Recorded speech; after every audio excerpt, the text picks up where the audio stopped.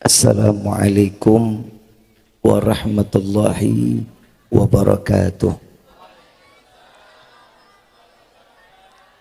Yang sama kita muliakan dan kita hormati para alim ulama, para kiai, para sesepuh, para tokoh masyarakat yang selalu kita harapkan doa serta keberkahannya. InsyaAllah mudah-mudahan Allah panjangkan umur, sehat walafiat, diberkahkan kehidupannya fi dini wa dunya wal akhirah. Dan insyaAllah mudah-mudahan kehadiran beliau-beliau di tempat ini penyebab turunnya rahmah, taufik dan hidayah dari Allah. Amin ya rabbal alamin. Ayuhal hadirun jama'ar rahimakumullah.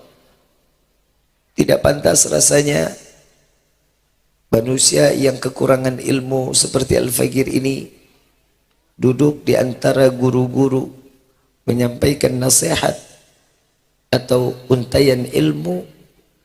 Pepatah Arab mengatakan, jika ada air maka tidak perlu lagi dengan debu. Kalau cukup dengan wudhunya, kita cukup ada airnya, maka dengan air. Jika airnya nggak ada, debu. Al-Faqir di sini cuma sekedar cadangan. Insya Allah mudah-mudahan apa yang disampaikan di malam ini keberkahan buat ilmunya, buat diri ini yang penuh dengan kekurangan. Insya Allah jika ada ilmu yang bermanfaat umumnya buat kita semua untuk digampangkan untuk ibadah kepada Allah. Amin ya rabbal. Tadi saya lewat, nasi udah ditata. Lewat tadi tuh nasinya udah ditata. Saya pegang dikit udah dingin. Kalau ceramah lama-lama takut jadi rengginang. Gimana kalau 10 menit? Boleh? Nggak boleh? Suara gue udah serak masih tetap tega. Tapi alhamdulillah saya pulang umrah baru 3 hari ini. 3 hari saya pulang umrah, ketemu istri cuma 1 hari. Ketemu anak cuma 1 hari. Selebihnya terus putar sampai terdampar ke Jatiwarna. Kampung Raden ya, masuk ke Jatiwarna bukan saya? Janti Sampurna. Besok pagi di Serang Baru. Besok malam di Tangerang. Tanggal 6 di Bandung. Tanggal 7 di Jakarta. Capek dah lu. Saya mau tanya, hadir ke sini semua senang gak? Apa yang bikin senang, apa yang bikin gembira? Orang yang hadir di dalam majlis ilmu pastinya dosanya diampuni sama Allah. Dengan niat apapun dia. Dengan niat dia mau datang untuk nuntut ilmu, mau datang cuman mau fashion baju baru, cuman mau sekedar nyari poster, terserah. Yang penting dengan niatnya dia udah duduk di dalam majlis, semua terhitung dosanya pasti diampuni oleh Allah. Mestinya ini yang bikin kita senang. Datang dari rumah kan kita bawa dosa banyak. Kalau Allah nggak tutup aib kita, na'udzubillah min dzalik, kita udah bawa gunung cermek. Dosa kita udah gedenya berapa tingkat kita nggak tahu. Tapi alhamdulillah di malam ini Allah tutup aib kita. Dosanya kita nggak ditampakin sama Allah. Kalau seandainya satu dosa yang kita lakukan di hari ini berupa bisul, kebayang muka lu bisul semua. Tapi Allah ngasih kita kebaikan. Allah ngasih kebaikan. Kenapa? Makanya Nabi SAW mengatakan, barang siapa yang menutup aib saudaranya, maka Allah tutup aibnya dunia wal akhirah. Jadi makanya ini buat ibu-ibu, karena ibu-ibu sering banget ngobrol, kadang aib tetangga suka dibuka, apalagi aib laki. Lu tahu nggak laki gue semalam, ya Allah, tidurnya ngorok banget tuh, sampai kasur gerak-gerak. Gue pikir linu. Aib nggak boleh. Yang namanya kita ini ngejaga aib satu sama lain ini diperintahkan di dalam agama. Jangan keluar sesuatu dari lisan kecuali itu sesuatu yang bermanfaat. Bib, saya kan bukan penceramah, minimal jarinya. Jarinya bisa jadi dakwah. Jarinya bisa bawa kita ke surganya Allah. Kenapa?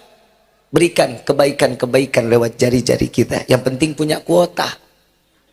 Nggak ada kuota mau nyamperin kemana lu?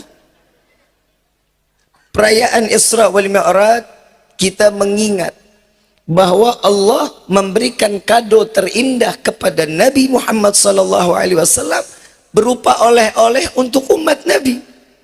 Kita nggak perlu sampai ke Sidratil Muntaha, kita nggak perlu sewa-sewa apapun untuk sampai ke Baitul Ma'mur. Cukup dalam keadaan salat, sujud kita kepada Allah sama sebagaimana kita berjumpa langsung dengan Allah dengan ceritanya. Apa yang kita inginkan, apa yang kita mau di dalam salat, insya Allah semuanya dikabulin sama Allah.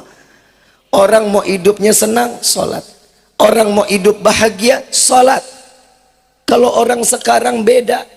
Orang kalau mau senang nggak punya duit larinya ke mbah. Tahu mbah? Orang pinter.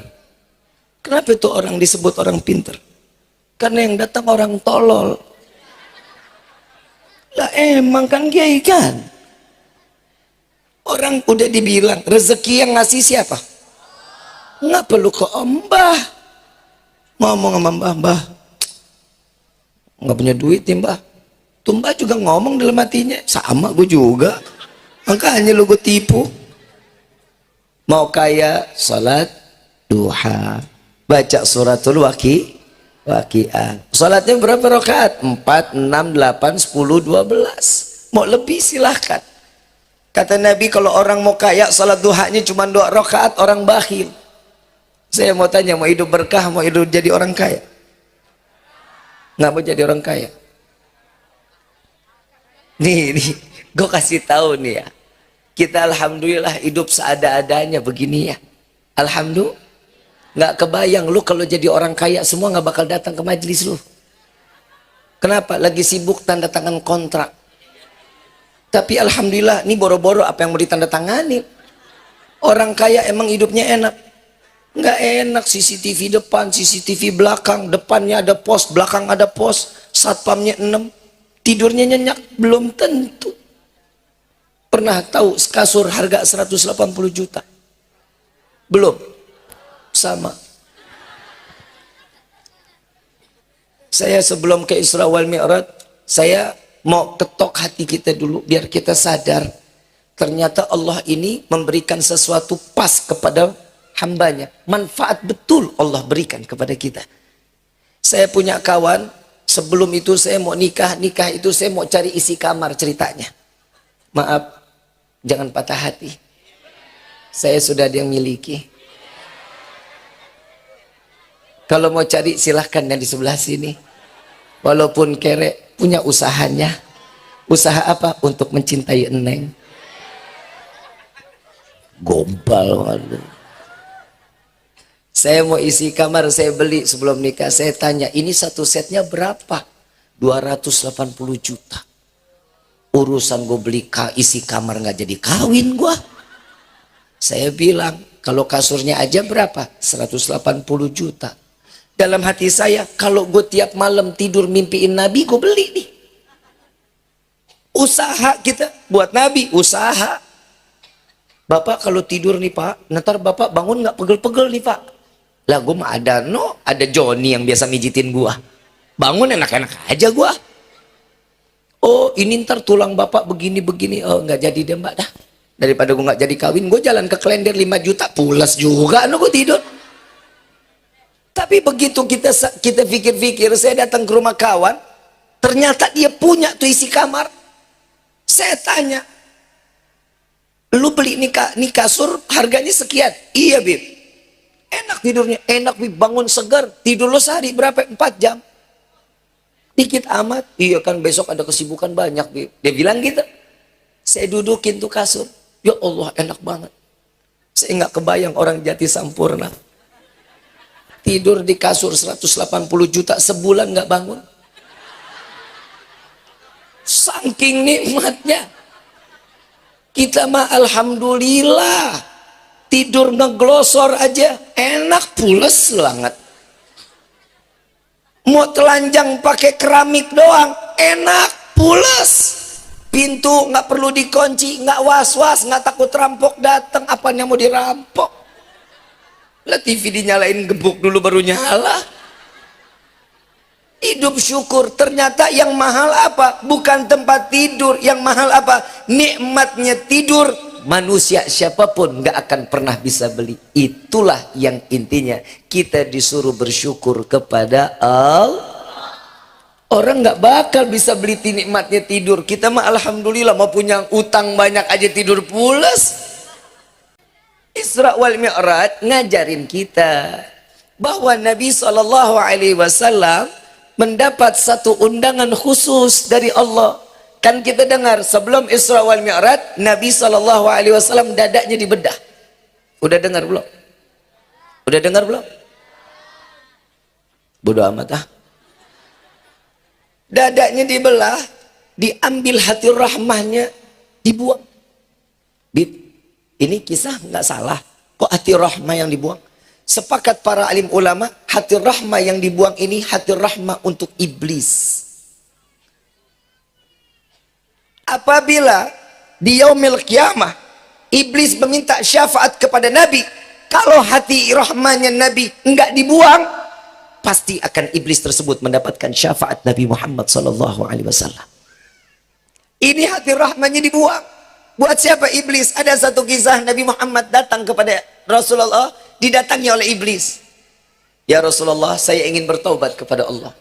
Nabi Muhammad bilang, alhamdulillah kalau engkau mau taubat ya iblis. Tolong sampaikan kepada Allah agar diterima taubatku. Apa jawaban Rasulullah? Pasti taubatmu akan diterima oleh Allah jika engkau datangi makbarahnya Nabi Adam, engkau sujud di atas pusaranya. Apa jawaban iblis? Ya Rasulullah, asal kau tahu, hidupnya aja saya nggak mau sujud, apalagi matinya. Sombong nggak? Sombong nggak? Ada nggak orang yang begitu? Ada nggak? Lu yang ngomong ya. Kadang manusia ini sombongnya suka kelewatan lebih dari iblis. Iblis sombong pernah ngerasain sorga, lu sorga ngerasain kagak, sombongnya setengah mati. Salat ini ngajarin kita jangan sombong. Ada ruku, ruku itu menundukkan diri kita, hormat kepada orang yang lebih tua, yang tua hormat kepada yang muda, saling menghargai satu sama lainnya. Lu mau punya pangkat, lu mau nembak orang bintang 2, siapapun dia, saatnya sujud, sujud, gak ada yang dongak. Semuanya, gak ada yang angkat kepala. Mau presiden sekalipun, saatnya sujud, sujud kepada Allah. Kenapa? Karena tidak ada yang lebih mulia dan tidak ada yang lebih agung kecuali Allah. Bib, saya mah orang kaya, Bib. Saya direktur perusahaan. Saya kalau sholat gak pakai sujud. Kagak sah sholat lu. Betul? Betul? Kenapa harus adanya sujud? Sadar. Ini namanya apa nih? Otak, kepala. Apa isinya? Ini apa nih? Kepala. Ini yang dikatakan al-mukarram, yang mulia, kepala. Kalau ada kawan pukul kepala kita, marah apa enggak? Marahlah. Kenapa? Orang ini kepala difitrahin Habib. Coba lihat lagi dalam keadaan sujud, kemana kepala larinya? Sejajar sama telapak kaki. Yang paling tinggi apa? Bokong, pantat, pantat, pantat, pantat. Sopan dikit ngapa sih lu? Apa yang paling tinggi? Pantat. Biar sadar, lu kejar dunia sampai kapanpun larinya pasti ke sini. Mau kemanapun larinya pasti ke jamban. Lu mau makan spaghetti, lu mau makan burger, lu mau makan apa, tetap larinya ke WC. Betul? Betul? Makanya saya lagi bingung. Ada jamaah nanya, Bib, gimana sih cara supaya ikhlas? Jadi orang yang ikhlas bagaimana? Kalau lu buang kotoran nggak lu tengok, itu udah ikhlas berarti namanya. Tuh, yang ketawanya kenceng tuh dia tuh. Tiap lagi ngeden nengok. Lu ngapa? Emang itu udah jatahnya keluar, geblek. Lu sayang mau ngebuang? Ya 200.000. Saya lagi bingung, manusia kok begitu ya? Kadang dia suka ngelepasin sesuatu, itu kan kotoran. Kenapa? Ngelepasnya sayang. Sampai begitu habis ngeden diliatin, plung. Ibu bapak yang dirahmati oleh Allah, kita mau kayak apapun, lari kita pasti ke dalam tanah. Mau apapun kehidupan kita, mau kayak gimana pun kehidupan kita, pasti lari kita ke tanah. Emang orang yang kaya rumah-rumahnya dikubur? 2x1. Kainnya kain kafan, nggak ada yang pakai polkadot, batik, nggak ada. Semuanya sama, putih bersih, masuk ke dalam yang lahat, ciumnya tanah. Saya mau tanya, ibu cinta sama bapak? So tahu lu? Malu tahu bapak lu cinta sama mak lu? Anak siapa nih? Arti banget cinta lu. Tampol lu. Saya lagi bingung anak SD sekarang sama anak SMP. Betul Kiai? Tahu yang salah guru sekolahnya apa orang tuanya? SD cecetan. Ayah lagi apa? Ya. Panggilannya ayah bunda. Papi mami. Begitu putus jadi janda. Ngadi-ngadi anak sekarang mah. Bu cinta nggak sama bapak? Ngapa lu diam? Jangan terpesona ngelihat saya, jangan. Saya tanya sekali lagi, ibu cinta sama bapak enggak? Enggak. Cinta. Bapak cinta sama ibu? Hah? Remang-remang beb. Saya mau tanya, bapak mau nggak masuk surga sama keluarga, sama istri, sama anak? Saya sama anak mau beb, sama istri saya nggak mau. Dunia aja nyusahin, gimana akhirat? Emang elu kerjaannya begitu. Yang namanya perempuan kalau nggak nyusahin pak, bukan perempuan namanya. Nabi Adam terusir dari sorga gara-gara siapa? Itu dia. Makanya kita sampai keler-leran nih ke sini. Oh pak, kalau kagak karena perempuan, sorga kita. Betul nggak? Lu biang keladinya. Saya tetap ceramah dimanapun, saya tetap membela haknya seorang laki-laki, Pak.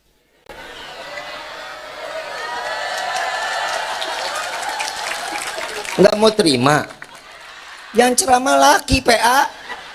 Mana mungkin gue mau ngerendahin laki-laki? Maaf Pak, maaf Bapak, sekali-sekali nguping. Ustadz minta maaf Kiai, kalau ustadzah lagi ceramah, laki abis jelek setengah mati. Ustazah, suami saya sering banget pulang malam.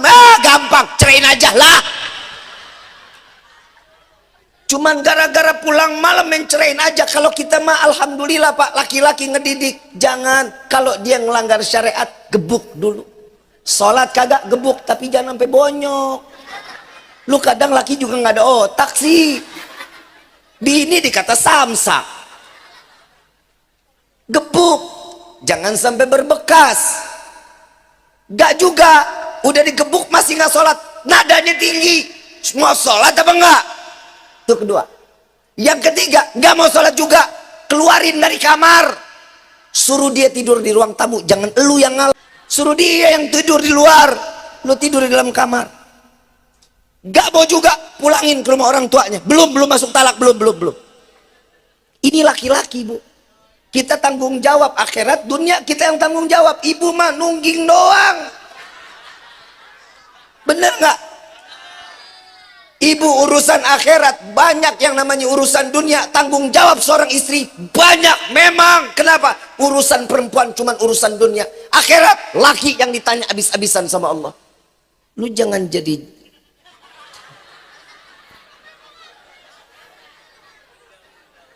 gue belain Pak, lu tenang aja. Betul-betul Bu, saya ngomong ini alal haq. Di neraka paling banyak laki perempuan. Nah lu sadar tuh, yang namanya manusia kadang nggak tahu batasan kehidupannya. Yang perempuan kumaha aing bae, gimana enaknya gua aja, gua mau senang sama suami. Saya mau tanya, Pak, Allahumma Pak. Bapak bilang tadi cinta sama ibu kan? Ibu bilang cinta sama bapak. Saya mau tanya, Pak, kalau ibu mati, lo kok amin Pak no? Pegel amat romannya tuh. Ibu mati, amin. Bapak mau nemenin di liang lahat Pak? Gak bakal mau, mendingan gue cari yang umurnya agak panjangan dikit dah. Yang ibu juga begitu, bapak mau saat bapak mati, ibu mau nemenin di liang lahat. Enggak, saya hitungin warisan Bib. Betul. Cintanya manusia cuma sampai batasan liang lahat. Illa cintanya Nabi Muhammad sallallahu alaihi wasallam tidak akan pernah terbatas ila yaumil qiyamah. Enggak ada batasan cintanya Allah, cintanya Nabi kepada hamba dan umatnya. Tidak ada batasan sampai yaumil qiyamah. Jujur Pak, saya kemarin di depan makbarah Nabi sallallahu alaihi wasallam malu saya. Saya malu diri saya sendiri. Nabi berasa itu ada di hadapan kita. Tapi la ilaha illallah, tingkah kita tuh jauh dari ajaran Nabi.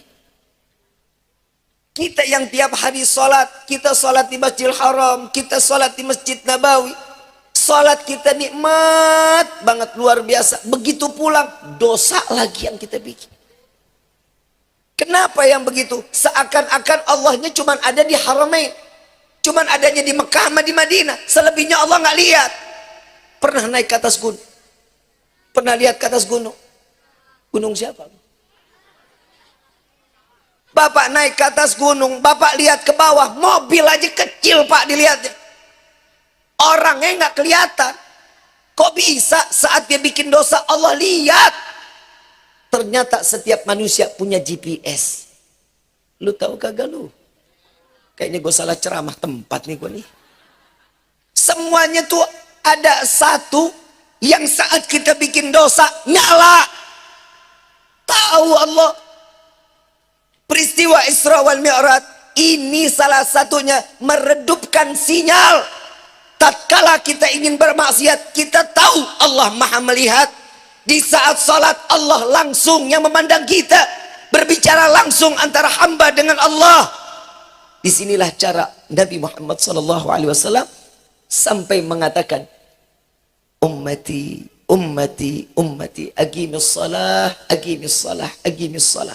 Ternyata ini penting, nutupin aib, nutupin dosa, ngelebur setiap dosa, ngangkat derajat setiap hamba di mata Allah karena salatnya.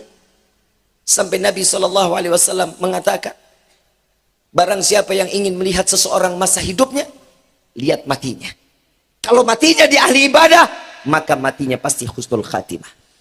Orang yang matinya dalam keadaan maksiat, matinya su'ul khatimah. Na'udzubillahi min